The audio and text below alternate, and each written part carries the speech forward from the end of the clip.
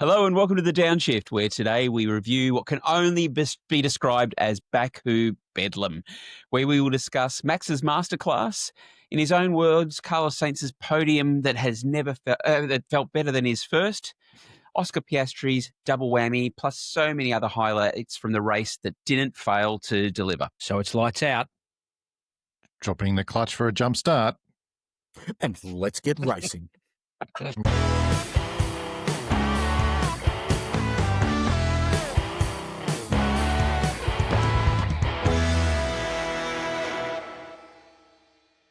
Welcome back to the Downshift, brought to you by the word medium, as it appears that the Sky commentary team couldn't get enough of talking about the medium compounds at yesterday's race.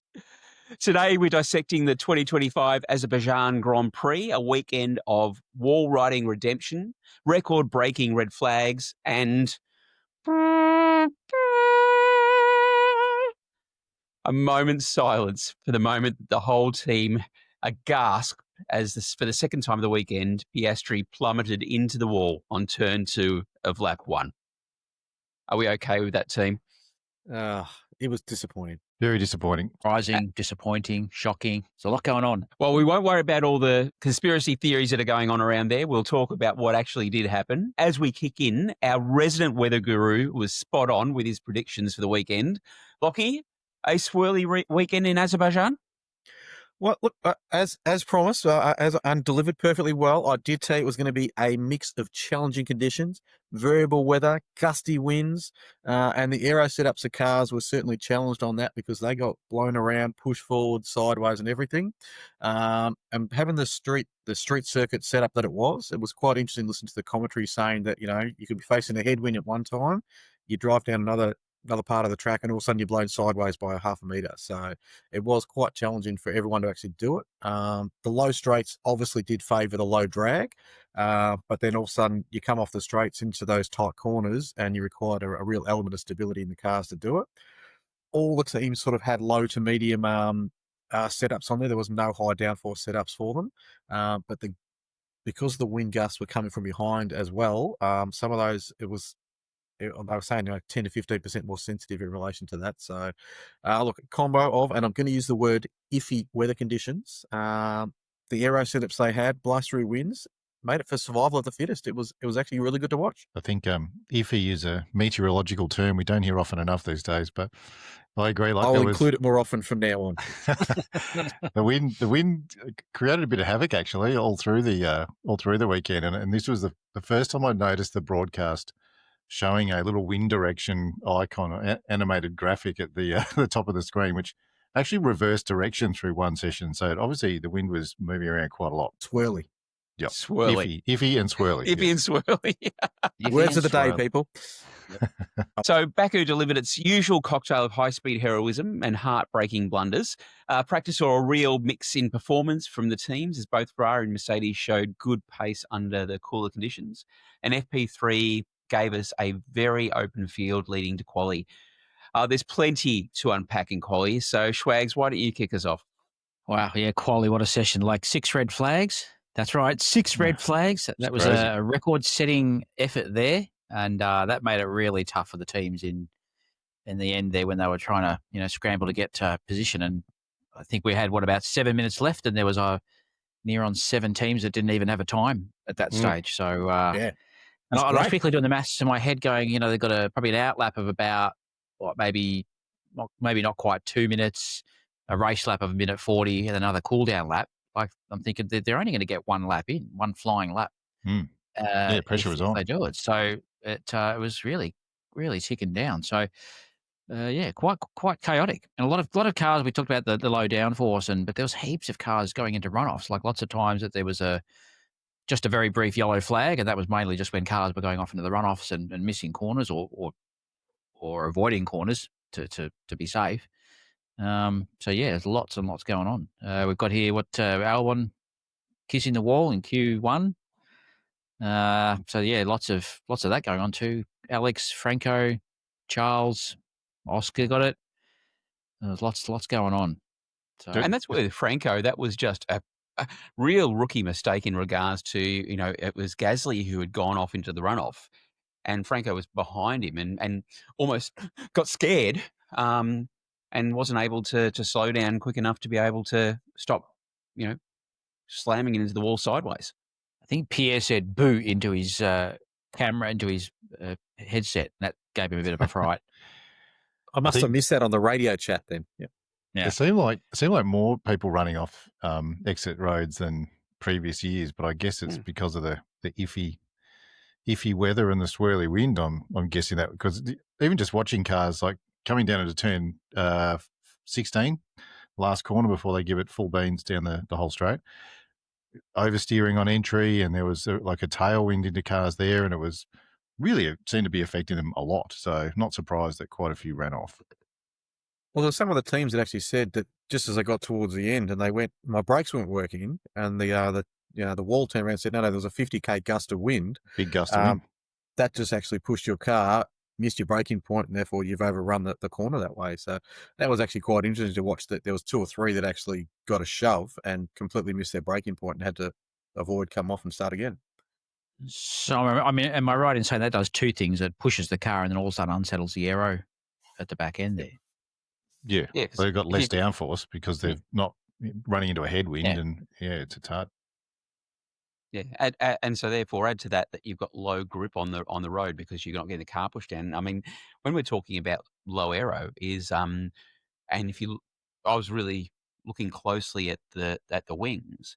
We're only seeing about 3 to 6 degrees angle on those rear wings. So not a lot at all. When you think when the DRS opens, it gives a flat, almost flat wing to let that through. 3 to 6 degrees is marginal at best. And coupled with the red flags, which made this session very long, it was interesting just to see that the teams were sort of struggling, but the track was also evolving very quickly because of the wind would blow dust on and leaves, and there was heaps of leaf litter all over the track, and you had to be sort of last on track, or you wanted to be last on track to get the best time anyway. So there was that pressure not to go early, but if you went early, you might have been safe if someone hit a wall. So it created a bit of chaos. The track was a mess, and I heard that was because of the change of seasons, not change of the seasons, but the change of when the race was held this year as opposed to last year. Yep. Coupled with a little bit of light rain showers here and there throughout the weekend too. Oh yeah, that last 7 odd minutes, I think there was a few showers, and it looked quite heavy on the camera footage. And we're like, no, according to Bernie, it was more of a sprinkle, and if you're coming from Ireland, didn't even count as a shower. Not heavy enough. Fair enough. I bet they were nervous because people went out for their first run, and there was a few droplets around, and then I think there was a red flag, and then what do you expect? You either got to hang out and hope it doesn't rain more, because it looked like Albon got a lap in. I think 3 cars got a lap in at the start of when was it? It might have been free practice 3 or something, or was it Q1? Yeah, because Albon went out in Q1, but there was the risk of them having to do Q3 on intermediates almost. So if it rained properly, Interesting. Well, so the three drivers that did have the time were looking not safe, but they at least had one in the bank, didn't they, to move on with? Yeah, exactly. Well, when you look at the lineup, I mean, we had Carlos Sainz in first position until Max got out there and put a blinder in just before the end of the session. And what a blinder it was. So how long did the whole qualifying session last for? Well, Happy, you were on media blackout because it was past your bedtime, and the 3 of us. I gave up. I was like, oh, no, I'm going to bed. I can watch this in the morning. old man Happy. Yep. I'm surprised that ping, ping, ping, ping didn't keep you awake. So as the 3 of us were all texting each other. Yeah, it was still going on. Oh, look, I don't know exactly how long it took, but what was it? It was nearly midnight, I think, or a bit after our time that it ended up. And from 10 o'clock, 10:30 start or something? It was 2 hours. It was essentially a 2-hour quali with all the breaks and pauses. Yeah. And when you think about it, the race only went for 1 hour 33:26. Yeah, so quali went for longer than the race, which you don't often see. Yeah. Well, they were saying that the drivers had them have that full concentration and be on for those full 2 hours because they couldn't switch off until the full quali session was done. So those top 10 drivers, they were switched on for 2 hours straight. So I mean, that's worse than the Silverstone delay. But yeah, mentally draining to sit there for 2 hours with red flags, showers, that sort of thing, and trying to get the most out of the especially car. with George, who apparently wasn't feeling that well. So must have He been was tough on him. terrible. Yeah. Just listening to some of his radio conversation in free practice, he sounded horrible, poor bloke. So we had Max Verstappen, who snagged P1 with a 141.117 flyer. He afterwards in the press conference said it was like threading the needle at 200 miles per hour. Carlos Sainz taking P2 with the best quality since 2023. And so, really great result there for Williams. Punchy. Yep. Punchy in P3. Did a great job. Yeah, full credit to him. He drove really well all weekend. I mean, both the racing bulls had good pace there. I mean, Hadjar didn't get it together for Q3, not quite, but they were both fast cars throughout the weekend. I think it's probably the first time in a while you've had 4 Red Bull cars in the top 10. Yep. Yeah, exactly. And they look strong contenders too. They weren't slouching in any way. All 4 cars were actually running well.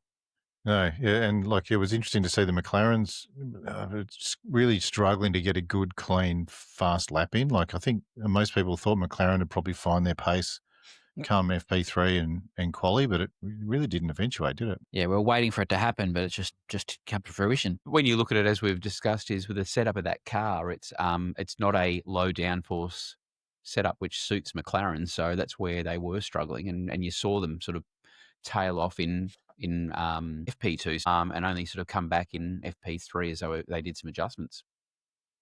Well, I guess the big story at the end of that was Oscar crashing out and having to sit there and see what happens. He knew he was going to be starting 9th because Leclerc had already hit a wall. So, if Norris had have put it on the front row, it would have been a big ask for Oscar to try and catch up, and Lando probably would have gained quite a number of points back in the championship. But in the end, Lando got a lap in. It wasn't a great lap, and lots of others crossed the line and put themselves ahead of him. So he started 7th. Yeah, big miss for Lando. I mean, for the fact that he's really fighting to get onto his teammate for the championship. 7th is Yeah. Now, quite a conservative rumor has it finish. too that just want to clarify, between Huppy and KT's house, there was cheers when you found out the position that Norris had done from that. I just want to clarify, is that correct? Or I have to say, Oscar didn't look that upset in the press conference either.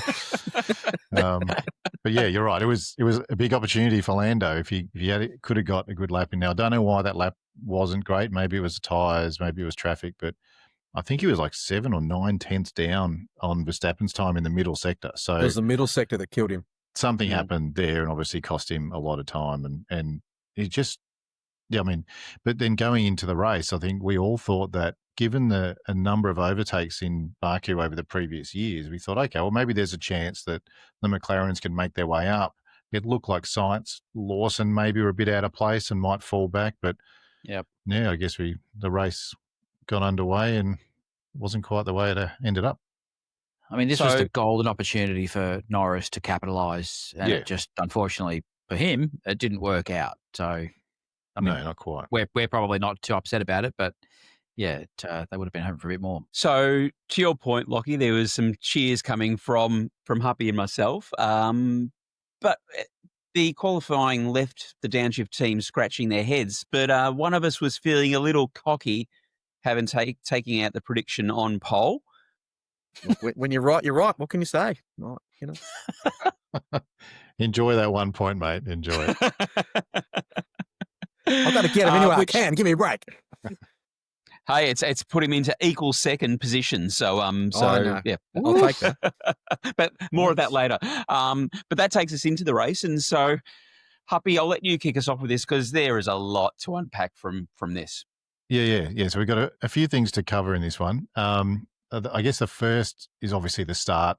Oscar jumping the start. It was probably a bit of a rookie mistake. It caused Alonso to jump behind him because Alonso saw Oscar move, so Alonso got a penalty as well. But it wasn't just the jump start. It was Oscar running wide into, I think it was turn 2 or 3, didn't have the grip, entered too fast, upset the air and slammed into a wall. So his race was over, after it really hardly started. So I guess it was tough for us because we're Oscar Piastri fans, but it'd be tough for him sitting there watching that race and seeing what would eventually happen to Lando or not, I actually thought our night was over when that happened. I thought he's in the wall. What's the point now? We might as well go home. Nothing to see here. I hadn't finished my drink, though. I wanted to finish that. We were hoping it would still be an exciting race with lots of overtakes. But, poor Oscar sat there with his feet up on the wall and a mobile phone from somewhere and watched it on Sky Sports, I think. Mm. And what was interesting for me, the picture of him with the phone, but he also had his boots, which had the Union Jack on it, not an Australian flag. So obviously, the uniform being for McLaren being the British team. I would have thought you would have had an Australian flag on all parts of his uniform. And rumour has it he actually walked back through Baku to the pits. Right. Mm. Yeah, well, his tourist visa cleared, so he had to do a bit of sightseeing on the way through. Well, he had an hour and a half to do it. So. Well, that's why he had the burner phone, wasn't it? He got a fridge magnet on the way back. Yeah. Crashed out in Azerbaijan, and all I got was his dodgy fridge magnet. Was his stupid T-shirt. But we saw Oscar's composure slip a little bit where it was, if not that again, over the radio, and Zach Brown later in the press conference saying, look, it was a rookie mistake in a veteran car. So, yeah. And look, Oscar owned up to that as well. He said it was his mistake and a dumb mistake. And really, it's probably the only real error he's made on track since Melbourne when he ran off in that wet weather on the grass. Like, he's had a virtually mistake-free season so far. Yeah, very unseasonably. You wonder where his head was at for the weekend. Calm. Yeah. It feels to me like he got sort of caught down in ninth after the crash out in Q3, and he was keen to get up the order as quickly as possible. And I think he just probably rushed it a little bit too eager. He probably just had to calm himself and I'm just going to be methodical like I always am and just get through this and get up the order. Particularly when Lando wasn't, like if Lando was first, second, third, there was a big deficit to come potentially at the end of the day. Yeah. But Lando being seventh, only a couple of places ahead of him, if they were going to move up together, which they in theory might have, they'd still only be like a few point deficit that he was, dropping out of for the Drivers' Championship. Yeah. Yeah, he looked impatient. We'll see what happens next weekend at Singapore, another street circuit. So let's see if it gets into his head or not. Like, he's already hit a wall this weekend. Maybe he's going to be worried about hitting another one next weekend. To be fair, he's hit 2 walls. That's true. Sorry. Yeah, you're right. Third time Not lucky. that we're counting. Third time lucky. Moving along, the other there's a number of other storylines we can talk about, but Verstappen was dominant in that Red Bull. Like, I don't know, I think they've found the secret sauce to that car over the last few rounds, and he just led from the start, managed everything perfectly, really had no one challenged him at any point and just cruised to an easy victory. Got his Grand Slam. You can never count him out, can you? Well, he had, 32-second lead at one point. He came into the pits, did his tyre change, came back out. Still 14 seconds in front of the next car. So it was an absolute clinical dominant performance from Max. Yep. And obviously with the track the way it was with the downforce levels of these cars and dirty air, like to be out in front in clear air worked really well for him. We saw how hard it was for other cars to overtake, even when they were in like a DRS train. We can talk about Liam Lawson and so on later, but Max cruised it to victory and has, I'd have to say, probably put his championship hopes back in the spotlight a tiny bit again. Like that flame might still be alive. I saw a spreadsheet of someone who'd run some numbers. This isn't one of ours, but they'd run some numbers that actually put him a point ahead of Oscar if he wins. I think he had to win every race, but and it sort of showed what Oscar and Lando could do through the rest of the season. But yeah, there's a faint glimmer. Christian, stop salivating. You're not doing a spreadsheet. I've done it. It's already there. Oh, but look, winning every race. What a lead in then. Winning every race my goodness. until the end of the year is a big ask. But you look at you look For at what Max he's Verstappen, do you reckon? no, that's what I was going to say. You look at what he's extracted from that car over the last two Yeah. rounds. Yeah, I know. For There's a always car that hope, we'd isn't written there? off, for a car that had been written off, probably early this season as just not having the legs anymore. But Mm. Yeah. So, as you mentioned, and I'm going to slick down here because I'm going to put it up here. where's it going? Which corner? Yeah, no, I'm going to put it up the top. So It's on top of you. It's okay. Yeah, but I did the It'll cover your calculations. head, Lachlan. It's going to, the shine's going to light up the spreadsheet. But if I take the points from today, as we've gone and done this, I actually went and took. Now, there's a little bit of explanation here for our watchers on YouTube, and if you're on Spotify, I'm so sorry because this is going to get very confusing. Let's just try and keep it brief and concise. Yeah, no. So basically, what I did is I looked at for the next 7 races, the number of races that the driver has participated in, how many wins, how many poles, how many podiums, and what is their average finish. And I've done that for Max, Lando, and Oscar.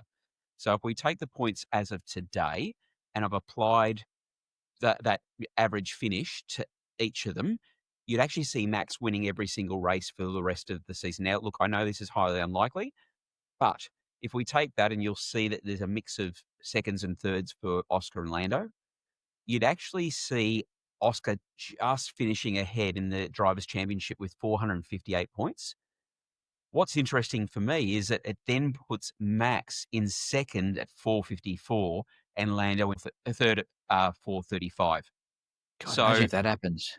it's for Max, it isn't over. And I mean, this is where if he can be dominant and both the McLarens mess up, you could actually see Max win the championship of all things. Oh, McLaren have had a few reliability issues. Look, Lando's had some dramas this year. Oscar has another DNF. Lando has another DNF. And Max keeps going the way he's going. Then, yes, it could get interesting towards the end.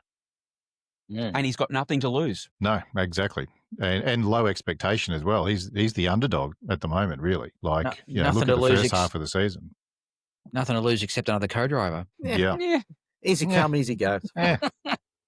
He's got them lining Yeah. up. I don't think he's spending too Well, much time looking at across the garage. I think Liam's fighting Isaac for it. Trying to show his medal. Exactly. Anyway, moving along. Yeah. Sainz's podium for Williams. Good on him. Oh, Well done, so Sainz. happy. Great job. Yeah. Awesome effort. Like he drove really well, but I thought it should have been between him or Lawson for driver of the day. Because I thought Liam Lawson did a fantastic job in that racing bull to hold off plenty of cars throughout that race, and he didn't have DRS. He was leading the DRS train and only slipped back a couple of positions, I think, back to fifth. So awesome job. But Carlos on the podium, he looked emotional. He ran, he got out of the car, sprinted towards his team, and jumped into their arms and said it was the best podium he's had. He had a long way to run. Did you see the gift from Toto Wolff to James Vowell? The bag that said, "You lucky bastard! Congratulations on your maiden podium." No, it's team principal. Oh, right. Well, that's good. Well, Vowell's will be happy. Like Vowell's worked for so long at Mercedes. They showed him on the pit wall at the end. He cracked a smile. He did look a bit emotional. Yeah. It was really good to watch. Don't expect that to happen again. It was a one-off. No. The steady hand of James Vowles. The steady hand, yes. But it did help Williams' points, their team championship points. So I know you've got another graph here, Christian, that you'd love to chuck up. We can put it there somewhere. But Williams' little battle there in the midfield with Racing Bulls and Kick Sauber and Aston Martin, they're on track. They're looking good. So, and from that graph, we were talking about a few episodes ago where it was actually going to be this race or Singapore where either Aston Martin or Racing Bulls was potentially going to take over Williams if they didn't turn their fortunes around. But that's now pushed that out. It's looking to be about Brazil or Las Vegas where that could happen if that kept going. But based on this salvage from Carlos, it's making Williams look as though they could hold on to fifth. And speaking of points, Mercedes had a very strong result. George Russell cracking drive. Obviously sick as a dog for half the weekend, but post-race said he would have raced on half a stomach if he had to. So, again, putting pressure on Toto to come to terms and give him a bucket load of cash. Where's my contract? Where's my contract? Yeah, Well, that well, Mercedes Seriously. finish saw them jump ahead of Ferrari, did it not, in the constructors? yeah, Yep. So Yep. they're 4 points ahead of Ferrari now, having bagged 30 points versus the 6 safe points for the 2 Ferrari drivers. yeah, and a good result from Antonelli finishing in 4th ahead of Lawson. So he did very well too. Yeah, did better this weekend, got through the day. So question for the team here. If you were Toto Wolff, would you be locking in George and Kimi? And if so, for how long? Oh, Kimi for another 2 or 3 years. You'd probably want to put him on a longer term contract. I think they still rate him as far as his potential. And George's, I don't know. The rumor is that George is wanting bigger money, like Lando Norris sort of levels of money, which he hasn't been paid yet. So And 20 million. I would argue that he's at least worth that. You look at his performances for them so far this year in that leading sort of car role. He's reliable, he's fast, always races well. But yeah, apparently George has put his demands to Toto and wants to cut back on some of his media commitments over the next couple of years. Get at least a 2-year contract out of Mercedes, but they don't really want to play ball on a big 2-year contract for him. I think the issue with George is not him, it's the car more so. Oh, well, he's getting the most out of that car, if that's what you Yeah. mean. Yeah. You know, if you're comparing him to Lando, like Lando's getting the most out of, well, maybe not the most, but he's getting a lot out of that car, but it's probably a better car. So he's actually getting better, like podiums and results more Yep. so than George, who's just under, but not, Yep. you know, he's there. He's still nipping at the heels. Well, I just can't help thinking that Toto's probably not holding out because of the money. He's probably holding out because he's wondering if there's a better driver option for next year. Who? Yeah, who? I don't know. If it wasn't Verstappen, and that's not happening. Max has said no, yeah. Yeah. I don't know. Maybe it's more of a done deal than we think, and the media is making more out of it than it really is. But we really would have expected something to have been signed by now. But anyway, in any case, George is putting his best foot forward as usual. A question also: who else would take George at this stage if it fell through for Mercedes? Anyone? Alpine. Who's able to, and who would he go to? Well, not Who's many. a viable option for Not him? many are able to, but he wouldn't want to What's go he to do with that Alpine. car? Sorry? Oh, no. I'm saying who would take him? And Alpine would. I mean, you know. Yeah, no, but would he want to be there? No. That's Most right. would It's pay the a money, yeah. twofold question. You Most know, where teams do you- would want him. Like, he's pretty highly Yeah, rated as a driver. no doubt. If that's what you're asking, yeah. Yeah, no doubt that any team would take him, but which is a Yeah. viable option for him? You could go to Racing Bulls. There's Yeah. a seat there. Or Maybe. even Step Red Bull. I backwards. mean, Yeah, but I don't think he wants to go to number 2 driver. You go to Red Bull, you're second behind Max, regardless of what happens. Yeah, I don't know. He's coming out being a lead driver. He would still want to be a lead driver. and it's a tough seat being second to Max Verstappen, regardless of the car. so Yep. Schwags, your Toto, what would you do? Oh, you'd lock George in, wouldn't you? I mean, I like George. Lock him in. Give him 8 years. Who cares? No, look, it's probably 2 or 3 years. You know, If you're listening, Toto, there's your answer. 8 years for George. No problems. He's set. just till he's lifetime Whatever he contract. asks. until he's Alonso's age. Just lock him in. Oh, Oh, that's going to be forever. Make it 18 years. That's fine. And Lockie, if you were Toto, Look, I'd certainly give him a 2-year contract based on what he's shown this year. I think he's definitely worthy of a 2-year contract for it. I think he's still certainly teaching Antonelli, a bit of racecraft on that as well. And Antonelli is coming along in leaps and strides. But I think if I was Toto, I'd give him 2 years because the thing is, next year, new cars, new setups. No one knows what's going to happen with the cars, the races, anything like that. So take a punt, do it for 2 years. Worst case scenario, in 2 years, you can give him the flick if it doesn't work out. Lockie, you make a very good point about Kimi needing someone like George with him for a little bit longer. Yeah. I mean, he's only 18. Like, he's still got a heap to learn. And he'll get quicker and quicker, but I don't think it'll necessarily happen in 6 months. So he's going to need a guide in hand for that period of time. and George has shown good leadership, great strategy decisions. He's called things ahead of the team Even in Azerbaijan, he was calling stuff ahead of the team throughout it as well. And for me, I mean, I'd look at it in regards to if I was Toto, I'd give George a 2-year, even a 3-year contract, but you can put performance clauses into this. And I mean, if George is wanting more money, great, absolutely. Let's see what you do next year. And if you perform to a certain level, here's what we'll give you. I mean, it's George is sitting at 4th in the championship at the moment. And, rumor is that the Mercedes power unit is an absolute beast coming out. So if George is there going, okay, well, it's a good power unit coming out. I'm confident in my driving. I reckon I can do better than 4th next year. Let's put some performance clauses in there. And if I improve myself, put a bump into 2027. Load up the Yep. bonuses. Yeah. Yep. Well, rumor has it that power unit is leaps and bounds at the moment, still ahead of everybody else. Obviously, it'll all come down to what happens in testing. But yeah, rumor has it Mercedes is well ahead of everybody else in terms of testing the new system. Will that benefit McLaren also? Yep. Different. Yeah. Okay. Yeah, Well, and who McLaren will else? get the William- detuned one. Obviously, William Mercedes will keep Alpine? the better one for them. Yeah. But that's Yeah.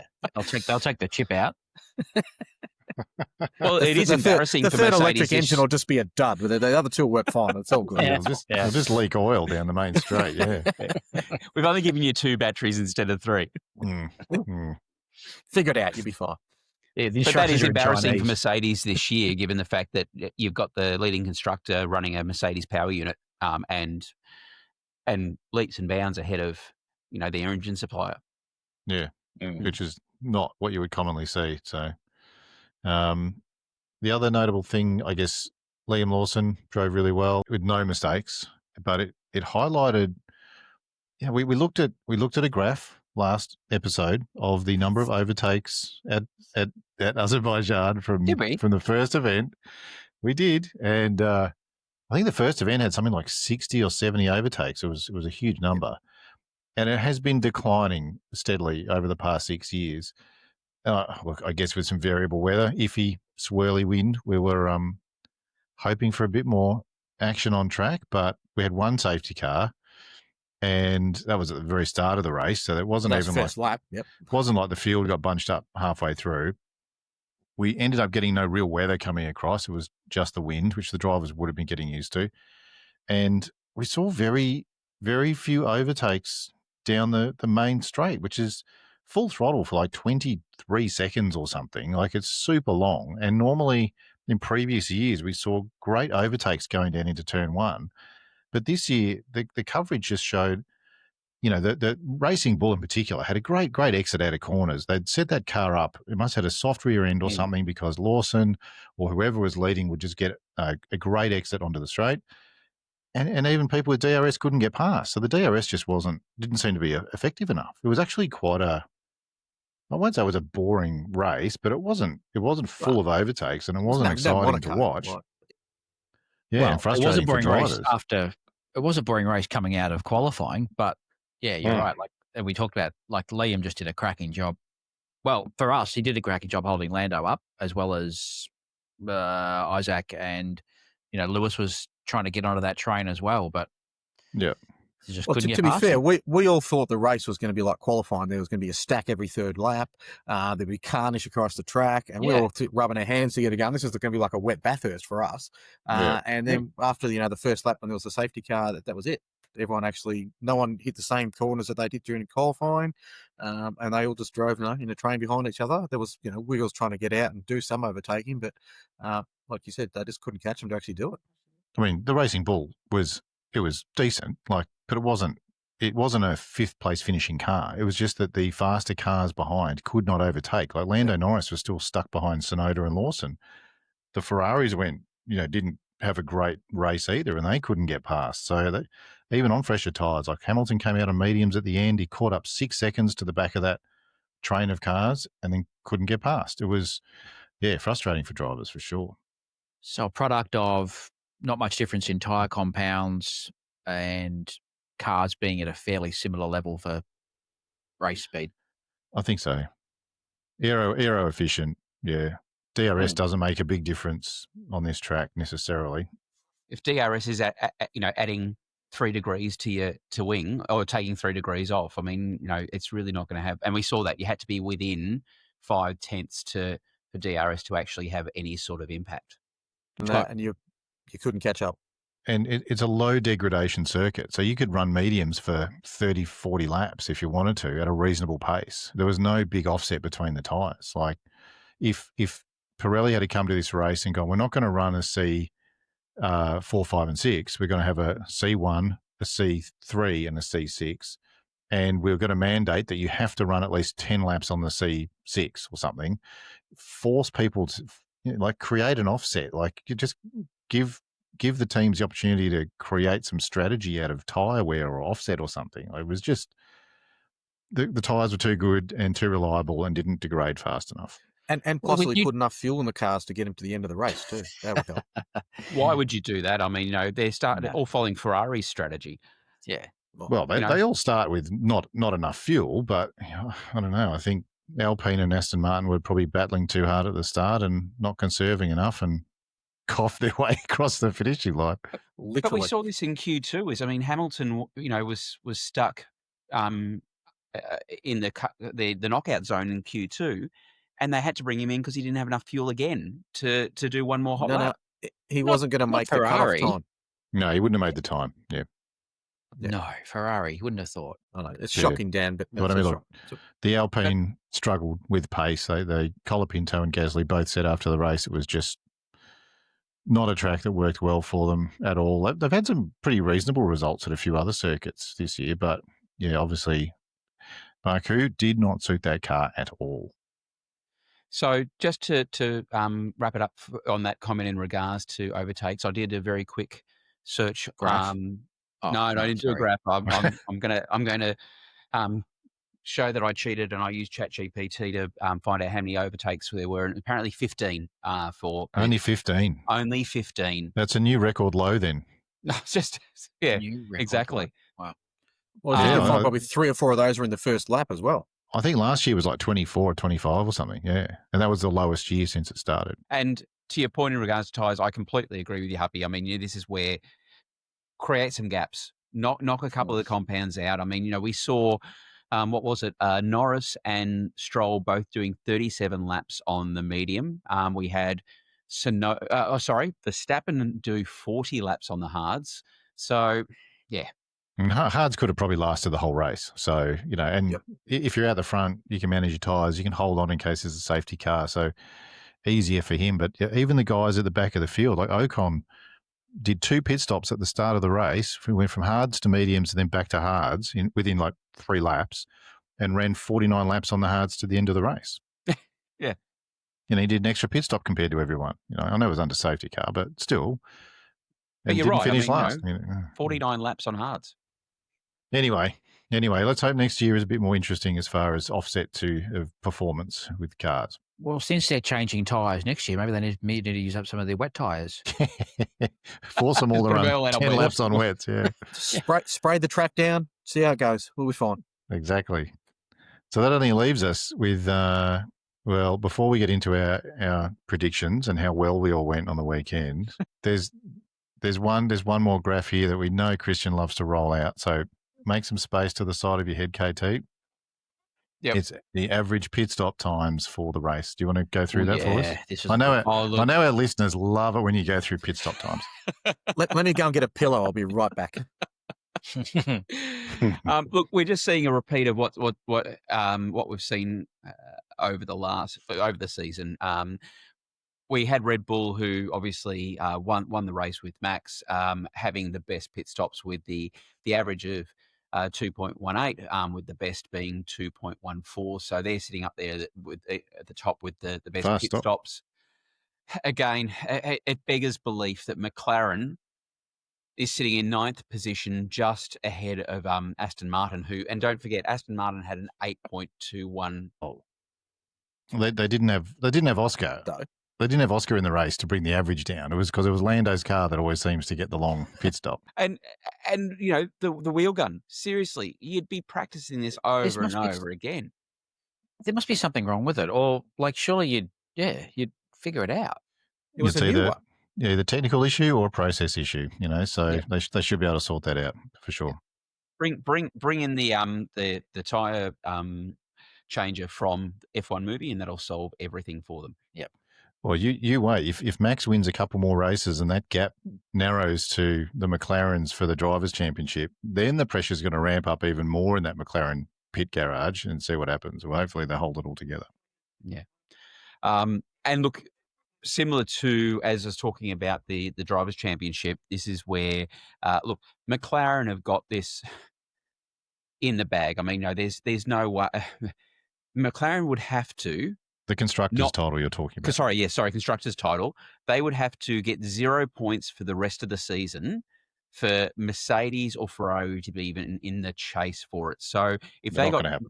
no, exactly. I mean, again, if I gave maximum points to Ferrari or Mercedes, and 0 points to McLaren, they would only just beat them by, a dozen points. So we thought they were probably going to get it this weekend. Well, that was the expectation. Yeah. And I'm sure Zach had a container load of T-shirts out the back that he was pissed off about because he couldn't run them out to everyone. But he's anyway, going to get his Sharpie Singapore. out and just do Singapore. What do they say? We like to go racing.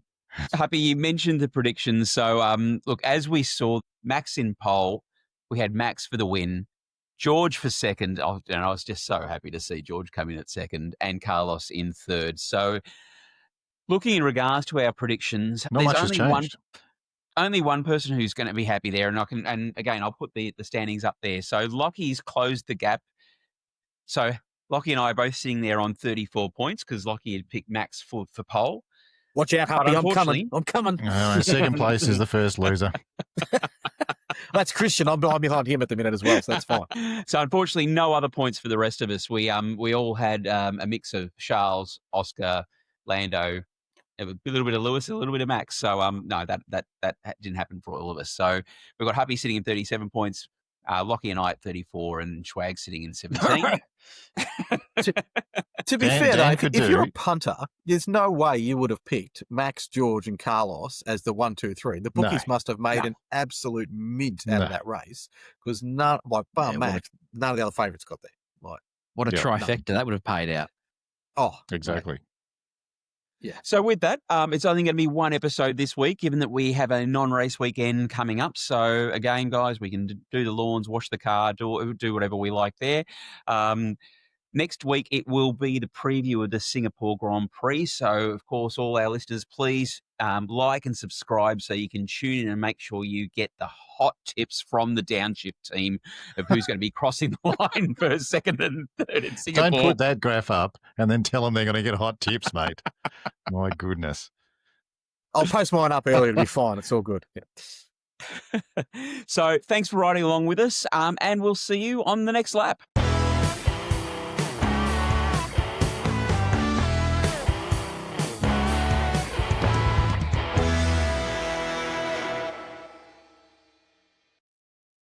That's the checkered flag for this episode of The Downshift. Thanks for tuning in and hanging out with us in the paddock. If you enjoyed the ride, don't forget to hit the like button and subscribe so you never miss a lap. And hey, if we've earned it, drop us a 5-star review. It really helps us climb the grid and reach more motorsport fans. Until next time, keep it fast, keep it fun, and we'll catch you on the next lap.